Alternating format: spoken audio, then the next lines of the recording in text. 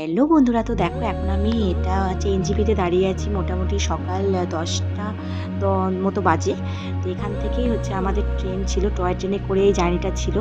তো তোমাদের সামনে অনেকদিন পর একটা লং ভিডিও নিয়ে চলে এলাম। তো তোমরা হয়তো বুঝতেই পেরে গেছো যে এটা কী ভিডিও। আসলে বেশ কিছুদিন আগে আমার জার্নিটা ছিল টয় ট্রেনে। তো সেই টয় ট্রেনের জার্নিটাই আজকে তোমাদের সাথে শেয়ার করব। আশা করছি তোমাদের ভালো লাগবে। যখন এনজিপি থেকে আমাদের ট্রেনটা ছিল 10টা 10-এ ছিল ট্রেনটা। তো দেখো আমরা ট্রেনে উঠে পড়লাম। আসলে টয় ট্রেনে আমরা তো সকলেই জার্নি করি, কিন্তু টয় ট্রেনের জার্নিটা কিন্তু একদমই অন্যরকম। তো সেটা আমারও ফার্স্ট টাইম ছিল। তো তাই ভাবলাম তোমাদের সাথে একটু শেয়ার করি। অবশ্যই আমার তো দারুণ এক্সপিরিয়েন্স হয়েছে। তো তোমরাও কিন্তু চাইলে সেই জার্নিটা, আমাদের বেশ লং জার্নি ছিল। সকাল 10টা 10-এ ট্রেনটা ছেড়েছে, আর আমাদের পৌঁছতে কুল স্টেশনে আমি নেমেছিলাম। এনজিপি থেকে দার্জিলিং ছিল টয় ট্রেনটা। তো যেহেতু দার্জিলিংয়ে আমি এর আগে ঘুরতে গেছি থেকে আমি দার্জিলিংয়ে যাইনি। তার আগের স্টেশন যে আমাদের সবচেয়ে যে উচ্চতম স্টেশন আমরা সকলেই জানি, ঘুম স্টেশন, সেখানেই কিন্তু আমরা নেমেছি। তো দেখো ঘুমে নামতে নামতে আমাদের মোটামুটি সারা দিনই পেরিয়ে গেছে। তো দেখো এখানে আসলে ট্রেনটা যখন ছাড়বে তার আগে দুটো বগি জোড়া জয়েন্ট করে দিচ্ছে, যাতে কোনো অসুবিধা না হয়। এই কাজটা চলছে, তোমরা দেখছো। আর দুটো বগি থাকে, একটা এসি একটা নন এসি। তো এটাতে এই যে দেখো আমার ছেলে কিন্তু খুব এক্সাইটেড ছিল। ওরও খুব মজা করেছে এই জার্নিটাতে, একদম বোর হয়নি, একদম বোর হয়নি। তাই যাদের পছন্দ করো তারা কিন্তু একবার হলেও কিন্তু এই জার্নিটা করতে পারো। সে লং জার্নি না হলেও ছোটো যেখানেই না কেন, দার্জিলিংয়ে গেলে বা ওই সাইডে গেলে কিন্তু টয় ট্রেনে অল্প করে হলেও জার্নিটা করতে পারো, খুব ভালো লাগে। আর দেখো এদিকে যে মা শাশুড়ি ওদেরকে বললাম যে আমাদের জন্য ওনাদেরও এই বয়সে হয়ে গেছে এই জার্নিটা আমাদের বেশ লং ছিল, কিন্তু লং হলেও কিন্তু বোঝা যায় না, এতটা সুন্দর লাগে দৃশ্যগুলো, ভাবাই যায় না। দেখো মনে হচ্ছে এই যে যাচ্ছে, যেহেতু টয় ট্রেন কিন্তু খুব আস্তে আস্তে যায়, একদমই খুব একটা স্পিড থাকে না, কিন্তু তবুও কিন্তু প্রচুর পরিমাণে কিন্তু ভালো লাগে, একটা আলাদা ফিল হয়। তো এই যে দেখো যাচ্ছে, মনে হচ্ছে পুরো একেবারে একবার বাড়ির মধ্যে দিয়ে বলো বা একবার সমস্ত দোকান পোশাকগুলোর মধ্যে দিয়ে দেখো যাচ্ছে, দেখতেই পেলে তোমরা। তারপর কিছুটা স্টপেজে দাঁড়িয়ে গিয়ে দেখে আবার এখন চেক আপ হয়, যেহেতু গাড়িগুলো পাহাড়ি রাস্তায় যাওয়ার, তো তাই চেক হয়। কিন্তু এই যে এটা একটা স্টেশন, শুকনা স্টেশন একটা দাঁড়িয়েছিল। এইরকম কিন্তু প্রচুর স্টেশনগুলোতে মাঝে মাঝে অনেকগুলো স্টেশন, মোটামুটি 14-15টা মতো স্টেশন পরে সেখানে কিন্তু দাঁড়িয়ে হল্ট করে 2 মিনিট 3 মিনিট করে, আবার মাঝে মধ্যে কোথাও 5 মিনিটও হল্ট করে।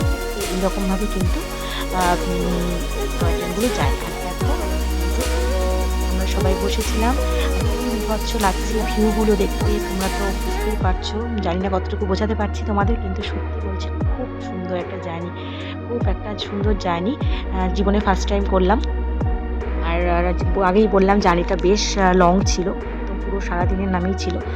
আর দেখো ট্রেনটা কিন্তু এখানে পেঁচাচ্ছে, কিছুটা দূরে যাওয়ার পর যখন পাহাড়ে ওঠে ট্রেনটা, যেহেতু শিলিগুড়ি পার হয়ে যাওয়ার পর থেকে কিন্তু আস্তে আস্তে পাহাড়ের দিকে উঠতে থাকে। যেহেতু ঘুম স্টেশনটা বললাম দার্জিলিংটা তো অনেকটা উঁচুতে, তখন কিন্তু এরকম করে যেন ট্রেনগুলো কিন্তু আমরা কখনো দেখি না যে ট্রেন সাধারণত সামনের দিকে যায়, কিন্তু এটা কিন্তু পাহাড়ে যখন উঠতে থাকে তখন কিন্তু একটু করে পিছিয়ে যায়, ট্রেনটা একটু করে পিছিয়ে যায়। দেখো আর এই দিকে দেখো কতটা বিভৎস ভিউগুলো, একবার দেখো তোমরা।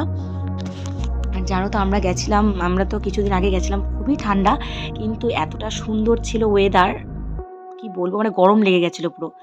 আমাদের এদিকে তো প্রচুর পরিমাণে ঠান্ডা, ওদিকেও প্রচুর ঠান্ডা, কিন্তু তবুও যেদিন গেছিলাম দিনের বেলা কিন্তু প্রচুর পরিমাণে রোদ ওঠে, তো এত আরাম লাগছিল, একদম ঠান্ডাটা ভাবটা ওইভাবে ছিল না। আর এই দেখো বললামই তোমাদের আগে যে বাড়ির মধ্যে দিয়ে মনে হচ্ছে যাচ্ছে, একবার বাড়ির মধ্যে দিয়ে, একবার দোকান পোশাকগুলো বাজারের মধ্যে দিয়ে এই টয় ট্রেন কিন্তু যায়। তো একটা আলাদাই বললাম এক্সপিরিয়েন্স, দেখো কি অসম্ভব লাগছে, সুন্দর দেখতে ভিউগুলো, তোমরা দেখো।